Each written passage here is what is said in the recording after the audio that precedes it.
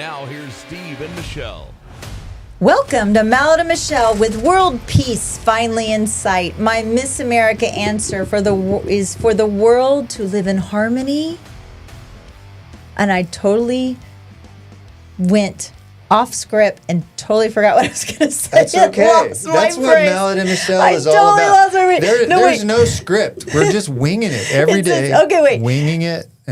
Okay, my Miss America answer is for the world to live in harmony. And if endurance was a personality trait, I can't talk today. Well, maybe I should be slapping myself. We're not starting over. Steve would be Mr. Universe right now. Ooh, damn. Yeah, that's true. Yes, there is no quit going on over here. No, but you will be off soon to another zip code, chasing a medal and pretending it's relaxing. That's true. Yes, Kansas City Half Marathon this weekend. I am looking forward to it. I've never been to Kansas City. I'm hoping to see the St. Louis Arch from the airplane. I'm not sure we'll get over there to see it, but yeah. I'm going to put my Christmas tree up this weekend. Oh my God, I know. Carlisle just said something about the holiday season. I'm like, it can't be the holiday season. Mine is a Thanksgiving Christmas tree because we're not going to be here for Christmas, and so all of my kids will be home for Thanksgiving, so I'm doing a Thanksgiving tree. Oh, that'll be fun. So, that's fun. All right. Well, we got to thank our wonderful, wonderful sponsors. Absolutely. You're out of whack I today. know. I am out of whack today, I tell you. Deep Eddy Vodka. Every week deserves a little fun and a little flavor. You'll find both at the Deep Eddy Vodka Tasting Room. Jovi Belterra. When you are ready for a life wide open, stop by Jovi Belterra and ask for Marilyn. Tell them we sent you. South Star Bank. When you need solid banking and good advice, stop by Boy, you and I are both. We're not starting over. Give me another cue. Give me another cue. Say it again. South Star Bank. When you need solid banking and good advice, stop by South Star Bank. They will shoot you straight. And Mallett Integrity Team. Over 2,000 properties sold and counting. Everyone else is just fighting for second place. Oh my gosh, have we sold 2,000 properties? Actually, already? I stopped counting at 2,000. It's probably more like 2,500 now, but I just can't keep up anymore. You get to a certain point, you're like, okay. Do you think like a doctor who delivers babies, he has like a little notebook that he goes tick? Like I think when he gets to 2,000, he's like, yeah, that's a lot of babies. I don't know. Our guest today, I'm excited about this one. Darius from Slice Street Pizza is going to join us. We like Darius. He is a good guy. Yeah, and he tries to get really plugged into the community. He's been doing some cool stuff. Yesterday, he had the Hays County Sheriff's Department with their SWAT vehicle out here yesterday, and Michelle's making a funny face like something's not right. I'm listening. And I'm just keeping going on here. I'm listening. But so he's going to come in here in a little bit and join us. But you had something you wanted to talk about. Well, my botched monologue, World Peace, I think that that is the hope and the dreams of every person alive on. Well, maybe not every person alive in the universe, but I would think that it's something that we should all strive to want. And something happened yesterday made us a little bit closer to that when Hamas finally released all of the 20 hostages from Gaza. Yeah. And President Trump and his amazing administration helped make that happen. Apparently, that's just phase one under the brokered deal between Hamas and Israel. It's going to be like a multi-step troop withdrawal, humanitarian access, reciprocal releases. They also, Israel released over 20,000 terrorists back in. And then after all of that, it's very, trust is fragile. I was hearing that over and over again. They've broken ceasefires before. But I think it was this morning, they announced that Hamas was doing public executions in the street for the Israeli sympathizers. So it's as of today? As of this morning. Geez, as I of this hope morning. That's not true. It is, and they won't show it. But Marco Rubio is amazing. I heard also that he will go down as one of the greatest secretaries of state in the history of the United States. But regardless of what side of the aisle that you are on, I think that all of this should be celebrated, and hopefully there's hope for the Ukrainians and the Russians. Yeah, the fighting that's going on over there has been going on for thousands of years. Even to just get a pause is a huge milestone. But you know what I was excited about yesterday? You know, the protesters that have been down Saturday mornings down here at 12 and 290, showing us their personal politics without letting us opt into that. Yesterday, they were out there with signs saying, thank you, President Trump, for bringing the hostages home, and thank you, President Trump, for peace in the Middle East. What? No, I'm kidding. Oh, I was like, what? I was like, what? I was like, I know. I guess we can stop calling Trump Hitler now, right? They're still going to be out there this weekend with the release the Epstein files. Like, who freaking cares? And no kings. So, but well, I saw something, a little meme that said "Free Palestine," and then Trump said "Okay," and they said, "No, not you." Yeah, not you. So, we don't want you to do it. Yeah, there's no credit where credit is due on that. Regardless of how you feel about the guy personally, that is an incredible thing that they've pulled off. It was amazing. You know, just watching those parents and loved ones being reunited with those 20 men. Something I don't know if you even realized, there were no women that were released alive. Really? I did not know women. that. The horrific sexual assaults that happened, even to the men as well. But no women survived this long. Well, and so the hostages that were released will be scarred for life. I saw before and after. Didn't I show you yesterday? There was like this before and after. Good looking kid, 20 around our son's age. Yeah. Good looking kid, real healthy looking, strapping, and then they showed the after of 98 pounds. Oh, it's just horrific. Shell of a man. Hopefully, they can get back to some kind of normalcy in their life. I hope so. I hope so. Well, in this age of political strife, I've read an article this week that was titled, "Are You a Hypocrite?"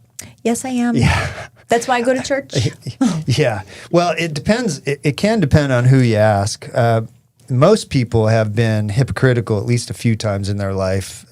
Of course, we all try not to be, but I'm a humble hypocrite. Yeah. Well, so hypocrisy is a moral inconsistency, and what they've discovered is it's really easy for us to see it in other people, which we've pointed it out on this show, and we made mistakes ourselves. I'm sure we've been hypocrites a few times, but it's really difficult to see in yourself. And the gist of this article was that you can get over this being a hypocrite because sometimes it's actually legitimate. And once you realize that, hey, there are certain situations in life where it's okay to be a hypocrite, you feel a lot better about it. So one example that they gave was your kids are 16 years old and they're talking to you about their friends drinking or whatever, and you say, you know what, you shouldn't drink. You should not drink. And they say, but Mom, you drank in high school. You already told us. Well, yeah. Well, so now you're being a hypocrite, but it's still good advice. I don't think that's being a hypocrite. I think that's lessons learned. I think you're trying to teach your child what not to go down a path that maybe you have gone through. Well, I don't think that's being a hypocrite at all. Well, it kind of is because you're telling them not to do something that you did. You still survived. No. You still made it through. It's good advice. No. But it's... No. Okay. No. What do you think being a hypocrite is then? No.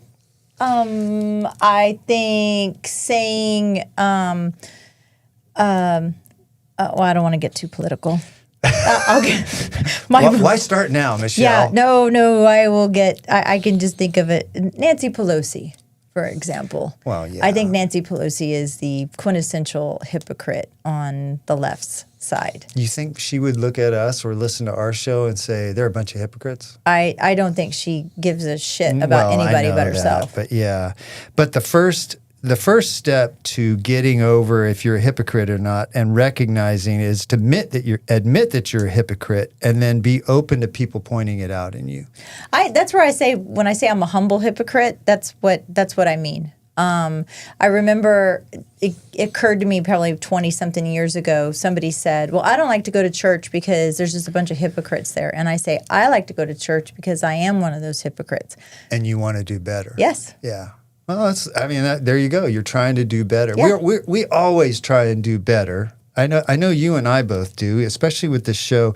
We've talked about it many times. Now we've got 400 hours of you and I talking, which God, people how can exhausting. listen to. Well, I mean, it's been fun. We've loved every minute of it. But if you didn't like us, you certainly could go through a bunch of those episodes and pull out something and say, well, they're being hypocritical or they're being mean or they're being rude. When we try not to do all that stuff. But I don't know. I think back to your original question about being a parent and telling your child, basically do as I say, not as I did kind of thing. I think it's just lessons learned.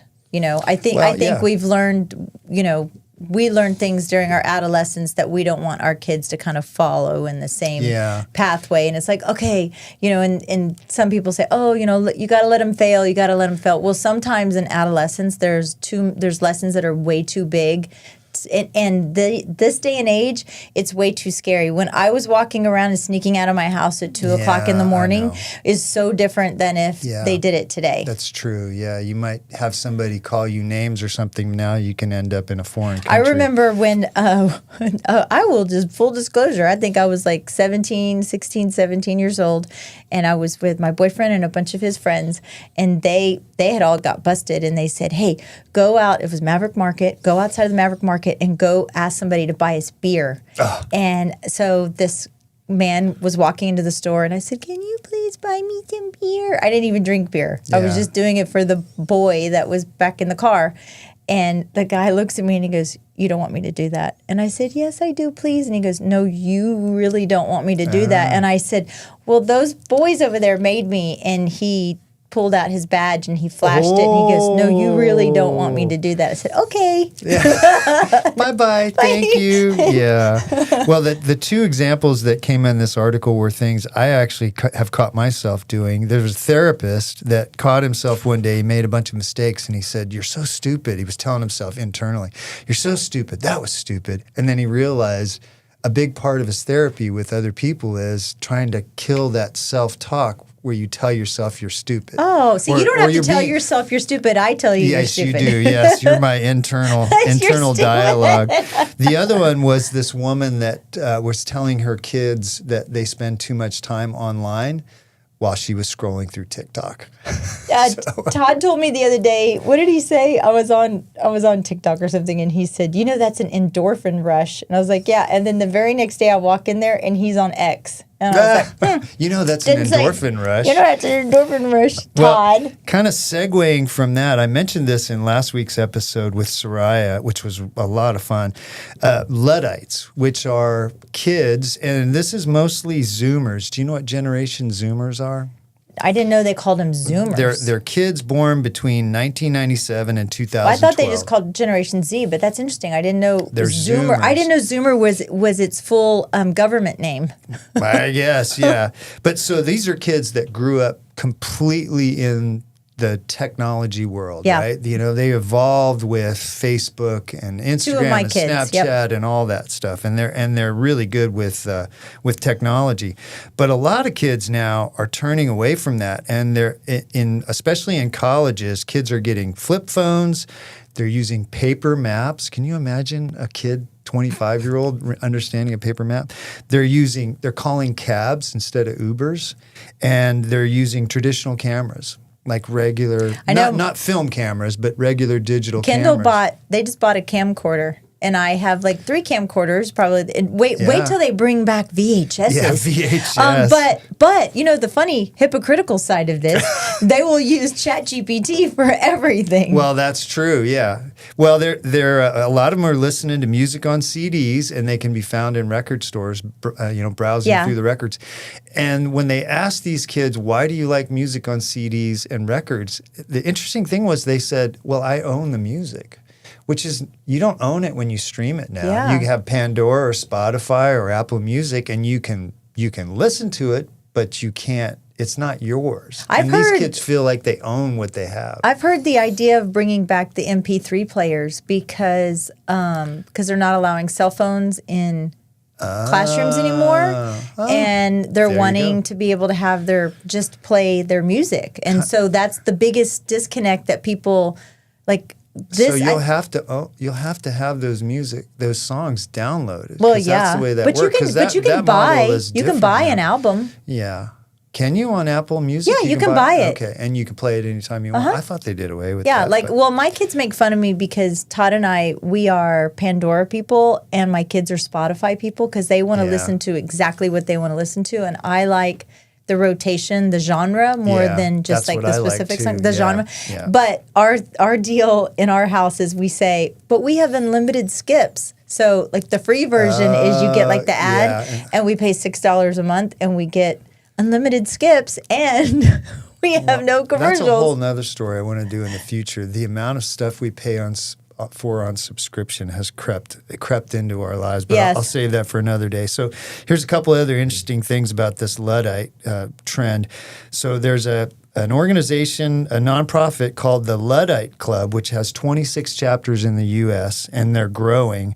And 80% of kids that are Zoomers report feeling that young people are too dependent on technology and they wish they could go back to before everyone plugged in. So these kids are already kind of over some of this technology stuff. I'm over it. I'm a little over it too. And in the survey, they asked kids, and most of them are they're saying that social media makes them feel like they have dual lives. So they have their regular life, which is kind of messy, the life that we all have, and then they have their social media life where everything looks perfect and fun.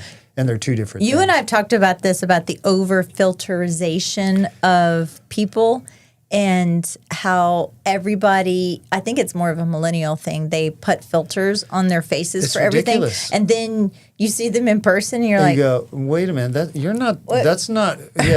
is your sister coming or something? Because you don't look like this. Look, here's a picture of you and you don't look like that. Unfortunately, I am like this in real life too. Yeah. Sorry, kids. This is what you get. This is us, people. But sorry.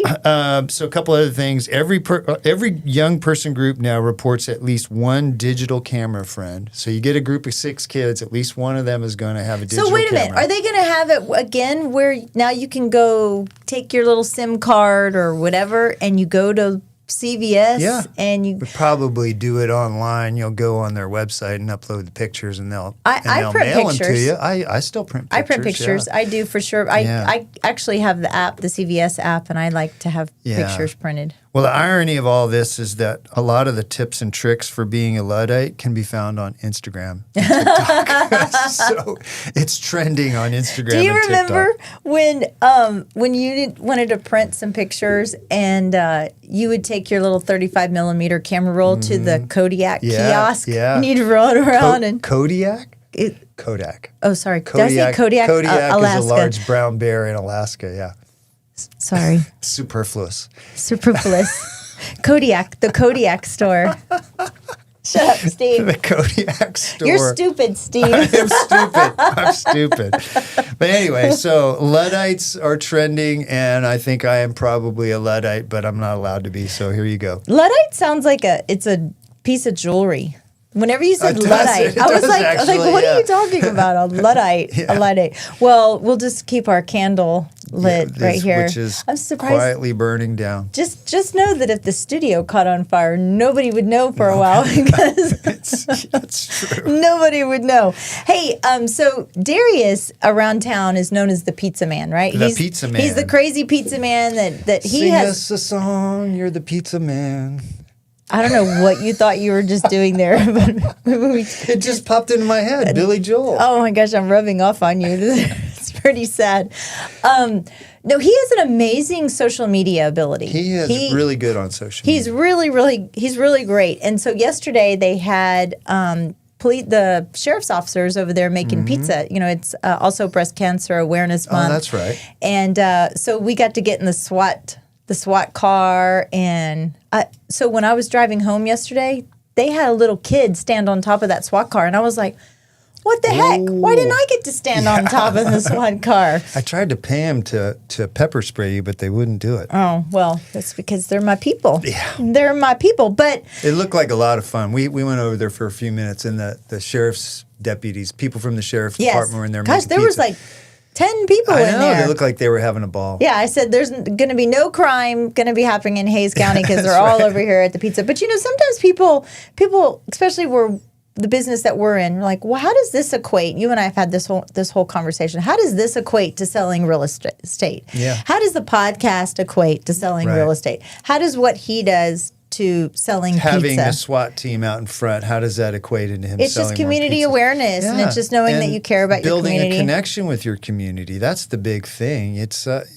give and take. When people trust you and they know you, they tend to do more business. Yeah, with you. he does a really good job. But he does sell pizza, believe it or not. I didn't know if you knew this or not, but Darius actually sells pizza.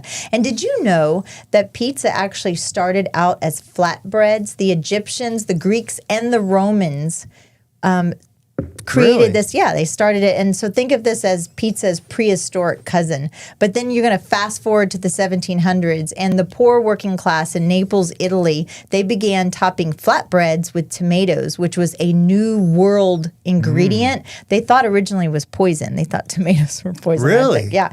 And so, which is a cool story. Todd and I actually had pizza in Naples, which is really neat. It was the first fast food on the streets of Naples. They called it the poor man's food, pizza. A lot of really popular foods started out as being like food for the poor. A lot of very popular food, hamburgers, hot dogs, they all started out as being food for poor people. Oh, well, good. Well, because we were all poor. Yeah. It was But you think about it, hamburger is they grind up all the parts of the cow that you don't really want to eat and put it in a little patty, and hot dogs are the same thing. It's delicious. Yeah. It's delicious. So then, have you ever had a margarita pizza?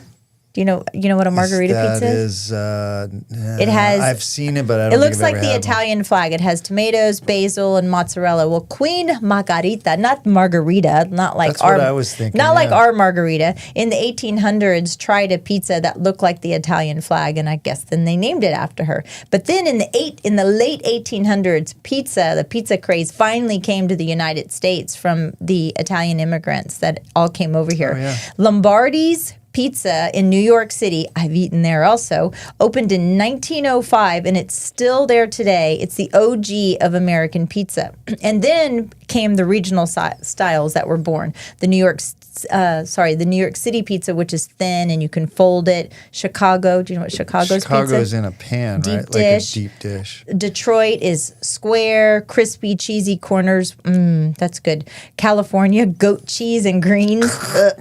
And then Texas, I don't know if barbecue chicken pizza came from Texas, but I just threw that in there. But in the 1950s, frozen pizza came about, like the Tostino pizzas. And then the 1960s, pizza delivery started happening. 60s and the 70s, it really took off in the 1980s. Americans eat about 3 billion pizzas per year. That's Per year? That's 350 slices per second.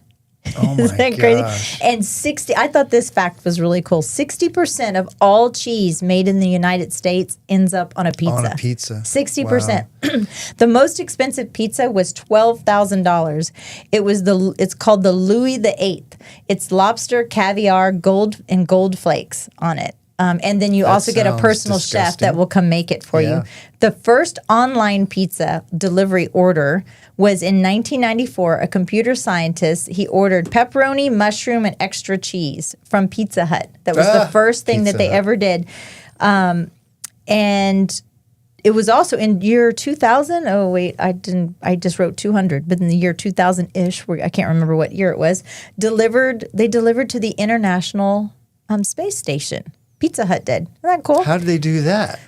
I guess they Maybe shot up in a rocket. Maybe it was still on the ground when they delivered it. That's interesting. I don't know. Yeah, they shoot it up in a rocket maybe. and some arm pulls it out of space. I bet that tasted yummy. Do you remember in the 1990s when Domino's had 30 minutes or free? Yeah, I do. So they had to stop that because of lawsuits and accidents that were occurring. Constantly. And I'm just here to say that the Canadians invented, and I'm not a big fan of Canada or the Canadians, but I do love me some pineapple on my pizza with Canadian bacon, and it was invented in 1962, and that's probably the most controversial pizza topping that's out there. Canadian bacon with pineapple, and that's a Canadian pizza? Well, that's, I guess, some chef or pizza guy invented that. I know that the day of the Super Bowl, there are more pizzas delivered. There's like the number of pizza deliveries goes up like 600% or something on the day of the Super Bowl. Well, they must be so busy. You know, they say, I actually have a question like this for Darius. They say that in Washington, D.C., and they even asked Pete Hegseth this question, in Washington, D.C., around the Capitol, reporters will pay attention to all the pizza deliveries going, and they know that something big is going down. So they asked him, the Department of War, Secretary of Department of War, they asked him this question, and they said, have you heard this rumor about all the pizzas being delivered and then something big's going down? And he goes, or maybe, I love this administration because they're such smart asses like me. He goes, or maybe I just order a bunch of pizzas to throw you guys off. And we just pass them around the office and everybody's happy. Yeah. I love pizza. It's one of my favorite dishes. Pizza does not like me, but it's one of those things. It is probably in my top 3 most favorite things. You can eat different kinds of cheese on it. Yeah. I've tried it different ways, and it just sometimes it's okay and sometimes it's not. But what about cauliflower crust, gluten-free crust? Most of that has so much extra chemicals and stuff. You think it's healthy, but it's not. I know. So. I've gotten a pizza over here before, like a slice of pizza, and you'll scrape the you'll drive by and steal a pepperoni piece out of my pizza. Yes, I'll do that. But Darius, I know he has brought pizzas over here, and they smell fantastic. Mm-hmm. So. Hang on, sit tight. We're going to take a little break and get Darius Aram from Slice Street Pizza in here. So hang on, sit tight. Out. Thank you. Thank you, everybody. I hope you enjoyed that. We enjoyed it. It's favorite time of the week, podcast day. And the candle's still burning. The candle is still burning. Look at that. Look at that.